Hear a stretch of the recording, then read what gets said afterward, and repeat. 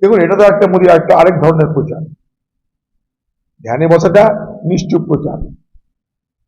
মোদী সব সময় ভোটের সময় দেখবেন ধ্যান করতে ইচ্ছা করে।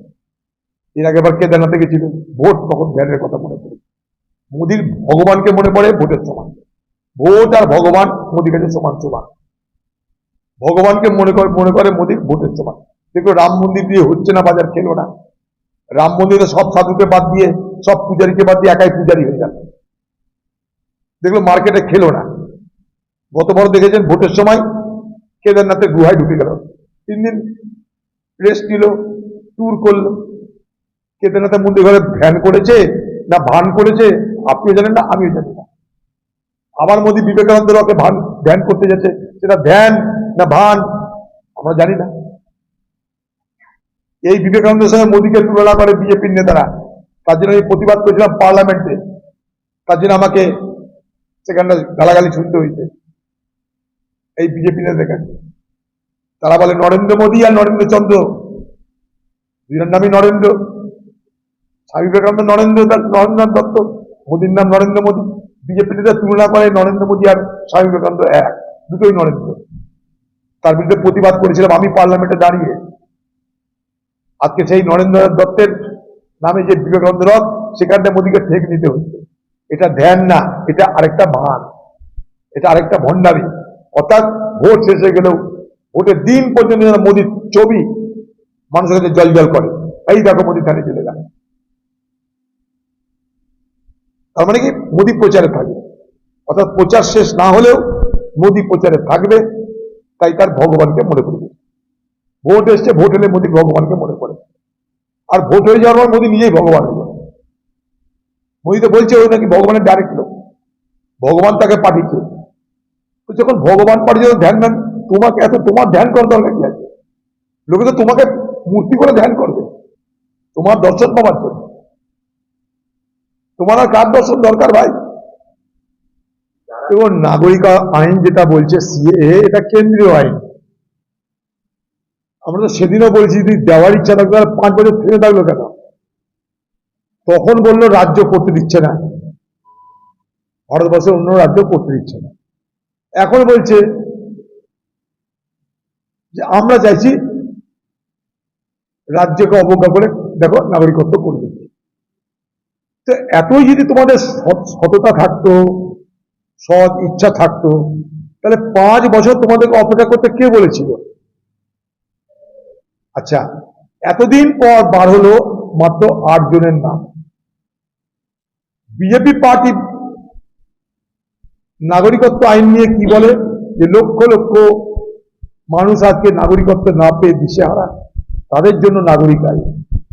আমরা কি বলেছিলাম পার্লামেন্টে, বলে রেকর্ড আমরা বলেছিলাম যে ভারতবর্ষের সংবিধান অনুযায়ী ধর্মীয় কারণে কাউকে নাগরিকত্ব দেওয়া যায় না। সেইটুকুই কথা বলে, ধর্মীয় কারণে নাগরিকত্ব দেওয়া যায় না। তার মানে এটা নয় যে আমরা কখনো কারোর নাগরিকত্বের বিরোধিতা করেছি। বিষয়টা এইভাবে যদি দেখানোর চেষ্টা করে বিজেপি, আমি জানি না তৃণমূল পার্টির বক্তব্য, কংগ্রেস পার্টির কথা বক্তব্য যাবে। কারণ নাগরিক আইন যেদিন পাশ হয় দেখুন তৃণমূলের 8-9 এমপি পালিয়ে গেছিল, ছিল না।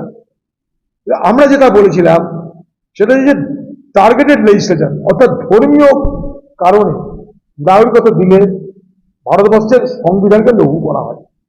অত্যাচারীদের যে কোনো মানুষকে দিতে পারবে, কোনো অসুবিধা নাই, সেটা রাজ্য সরকারের ব্যাপার, কেন্দ্রের ব্যাপার। আচ্ছা, কিন্তু আজকে 5 বছর তাকে অপেক্ষা করতে হলে কেন? আর ঠিক লোকসভা ভোটের ঠিক আগে তাকে বার করতে হলে কেন? আরো কথা, ঠিক পশ্চিমবঙ্গের শেষ দফা নির্বাচনের আগে তাকে প্রকাশ করতে হলো কেন? আরো কথা, নির্বাচনের শেষ দফার সময় যে সমস্ত এলাকায় মতুয়া সম্প্রদায় বাস করে, ঠিক সেখানেই নির্বাচন শেষ পর্যায়ে, আর ঠিক তার আগেই এই 8 জনের নাম বার করে কাকে খুশি করে কাকে বোকা বানাতে চাইছে বাংলা মানুষ সহজেই বুঝতে পারছে। যদি সৎ ইচ্ছা থাকতো, সততা থাকতো, তাহলে 5 বছর তারা অপেক্ষা করলো কেন? এর জবাবটা আগে আমাদের দিতে। কারণ কেউ মানা করেনি, কারণ কেন্দ্রীয় আইন। আমরা সেদিনও বলছি, আজও বলছি, ধর্মীয় কারণে শুধুমাত্র ভারতবর্ষের সংবিধান কখনো নাগরিকত্ব দিতে পারে না, শুধুমাত্র ধর্মীয় কারণে।